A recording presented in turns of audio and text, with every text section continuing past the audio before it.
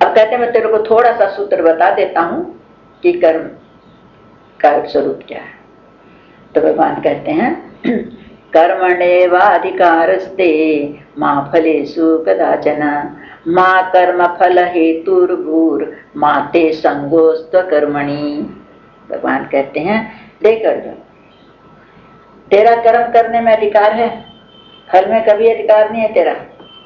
ये सब हम लोगों के लिए, सबके लिए कहते हैं भगवान कर्म करने में तुम्हारा अधिकार है, फल में अधिकार नहीं, वो मेरा, वो अधिकार मेरे, इसमें कोई का अधिकार नहीं है। अगर मैं फल का अधिकार किसी को दे दूं तो फिर कर्म तो कोई कुछ भी करेगा, फल अच्छा अच्छा लेगा। कौन चाहेगा बुरा कर्म फल लेना? कर्म कोई अच्छा करना चाहेगा नहीं। तो भगवान कहते हैं निर्णय मेरा है, ये मेरा अधिकार है, ये डिपार्टमेंट तेरा नहीं, कर्म करने का तेरा है, फल देने का मेरा है। तो अगर ये कह दे कि जब फल में मेरा अधिकार ही नहीं है तो मैं कर्म क्यों करूं, तो कहते हैं कि नहीं, तू फल का हेतु मत बन, लेकिन कर्म ना करने में भी तेरी आसक्ति ना हो। ये कर्म मैं कर्म क्यों करूं, कर्म करूंगा तो फंस जाऊंगा, ये हो बोला ना, कर्म तेरे को करना,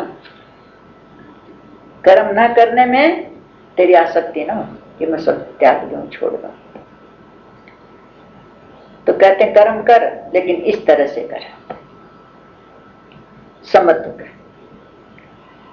योगस्थ कुरु कर्माणि संगम त्यक्त्वा धनंजय सिद्ध्य सिद्ध्यो समो भूत्वा समत्वम योग उच्यते। हे धनंजय, तो आसक्ति मत रख कर्म करने में, ये कर्म मेरे को करना ही है, नहीं हुआ तो दुखी हुआ, ऐसे आसक्ति मत रख। और ये कर्म मैं कर रहा हूं, ये सिद्ध होगा कि ये सिद्ध होगा, ये भी चिंता मत कर। उसकी इच्छा है इसलिए कर, मेरा कर्तव्य इसलिए कर, और सिद्ध हो या असिद्ध हो ये मेरे हाथ का नहीं।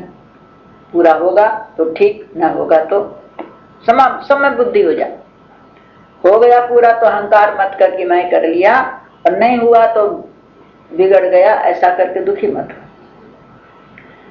योग में स्थित कर, योग में स्थित हुआ कर्तव्य कर्म उसको कर।